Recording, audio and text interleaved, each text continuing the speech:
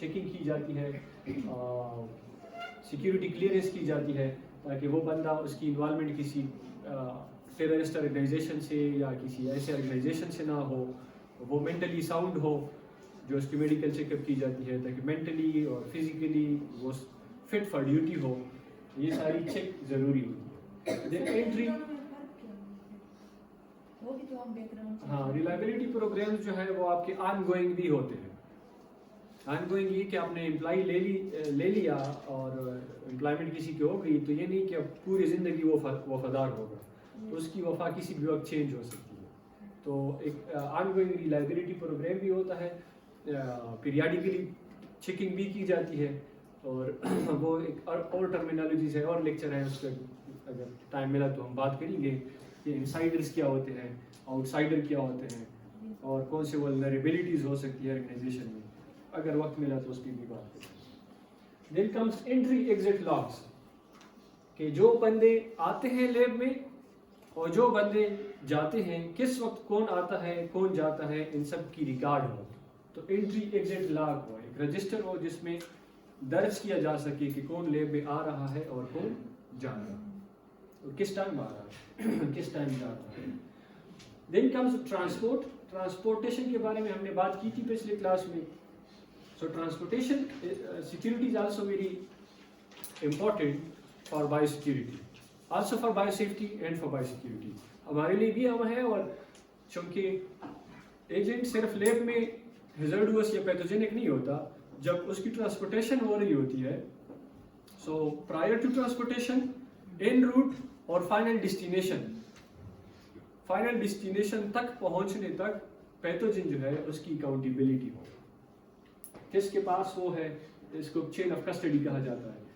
For example اگر ہم نے کوئی سیمپل بھیجنے ہیں باہر کسی ملک, لیٹ سے یو ایس اے یا چائنا یا کہیں پہ کوریا, سو ہمارے لیب سے پیتھوجن روانہ ہوگا, ہم کسی کوریئر کمپنی کو دیتے ہیں, for example T C S, D H L, Pakistan post.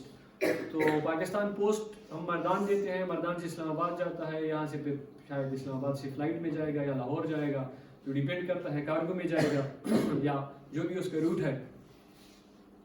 سو کون کس وقت اس کو ریسیو کر رہا ہے, سب کی چین آف کسٹڈی ہو. کب ایجنٹ کہاں پہنچا, کس نے ریسیو کیا, اس نے اگلے کس بندے کو حوالے کیا, ان سب کا ریکارڈ. ٹھیک ہے, یہ پراپرلی اتھرائزیشن ہو ٹرانسپورٹیشن کی, کہ یہ ریل پہ جائے گا, تھرو ایئر جائے گا, پھر اس پہ آیاٹا کے رولز ہوں گے, ریل پہ ہوگا تو آر ڈی اے کے رولز ہوں گے, روڈ پہ ہوگا تو اس کے اپنے رولز ہیں, کیسے کوئی سیمپل جائے گا اس پہ وہی رولز اپلائی ہوں گے. Then comes inventory control. Inventory control بھی بہت امپورٹنٹ ہے کہ ہمارے لیب میں کون سے کنزیومیبلز, کون سے کیمیکلز, مٹیریلز آ رہے ہیں, تو ان کی انوینٹری کنٹرول ہو. Restricted access to storage laboratories, جہاں پہ مٹیریل اسٹور کیے جاتے ہیں, وہاں پہ یہ نہیں کہ ہر بندہ کسی بھی ٹائم جا سکتا ہے, وہاں پہ ریسٹرکٹیڈ ایکسیس ہو. دین ریگولرلی انوینٹری چیکس, انوینٹری کو ریگولرلی چیک کیا جائے, کہ اگر ہمارے پاس لیٹ سے 20 وائلز موجود ہے کسی پیتھوجن کے, تو اگلے سال بھی وہی 20 وائلز ہیں, ان میں زیادتی آ گئی ہے یا کمی آ گئی ہے, کمی بیشی, تو ہمارے پاس ریگولرلی ہم انوینٹری کو مینٹین کریں. کون سے کیمیکلز, پیتھوجنز, مائکروبز ہمارے لیب میں موجود ہے, ان کی تعداد بڑھ رہی ہے یا کم ہو رہی ہے, یہ ہم ریگولرلی مینٹین رکھیں. Then comes dual use research of concern. It's very important, dual use. آج کل تقریباً لائف سائنسز کا ہر ریسرچ ہم کس لیے کرتے ہیں, for the benefit of the human kind, لیکن ہر ریسرچ کا کوئی نہ کوئی ڈوئل یوز ہو سکتا ہے, اس کو فار ایل پرپزز بھی یوز کیا جا سکتا ہے. تو اس لیے کہا جاتا ہے کہ آج کا لائف سائنسز کا ہر ریسرچ جو ہے that fall under the category of dual use of research concern.